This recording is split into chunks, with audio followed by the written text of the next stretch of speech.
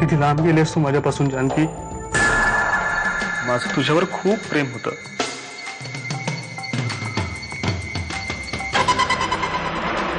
आता होतच म्हणावं लागेल.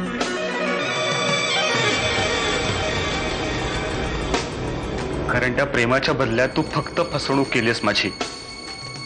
पण माझं खरंच खूप प्रेम होतं तुझ्यावर. आणि मी कितीही नाही म्हटलं ना तरी ते तसंच राहणार आहे. मी काहीही झालं तरी ते तसंच राहणार आहे.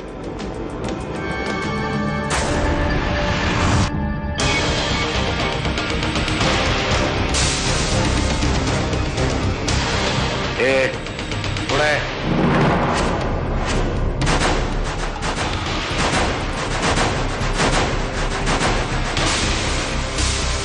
राजन.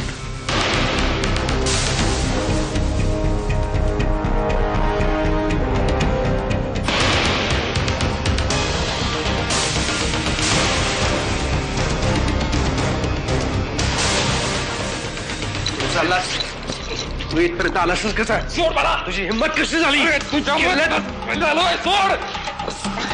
सोड सोड. किल्लेदारांच्या घरात येण्याची हिंमत कशी केलीस तू? इथपर्यंत आलासच कसा तू? सोड सोड. सोडणार नाही मी तुला. अरे तुला सांगायला आलो होतो रे, तुझ्यामुळे बरबाद झालो मी.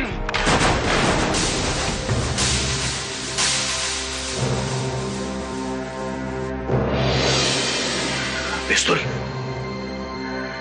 म्हणजे तुझ्या नक्कीला गोळी?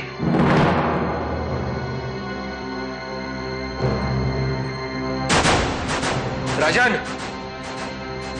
राजन.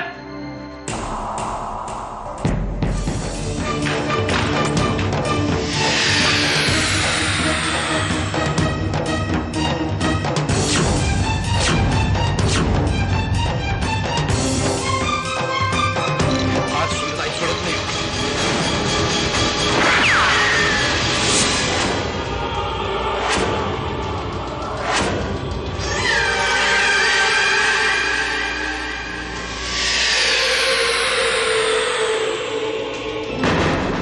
नाही, मी गोळी घातली नसती तुला. तू माझ्याशी झटापट केलीस. राजन उठ. डोळे मिटायचे नाहीत. लक्षात ठेव, डोळे मिटायचे नाहीत. उघड डोळे. काही होऊ देत. हे बघ मी ॲम्ब्युलन्स बोलवतो. राजन, राजन.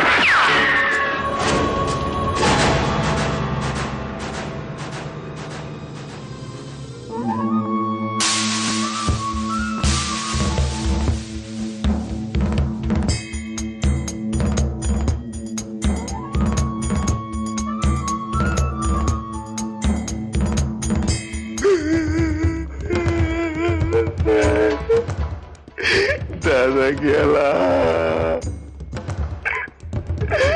आता माझ्या डोक्यावरच छत्रच गेलं.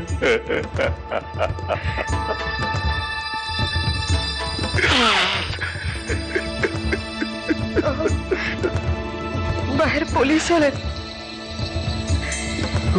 त्यांना पंचनामा करायचा.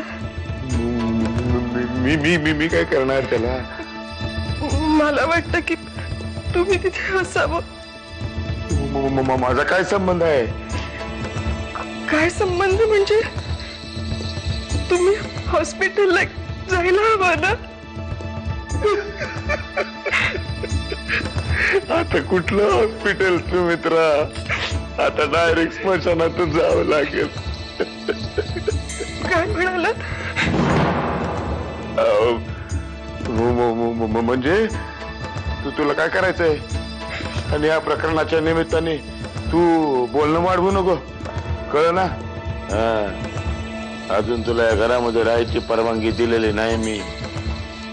केवळ त्या जानकीच्या मेहरबानीमुळे आहेस तू इथं, कळलं ना? दादा गेला.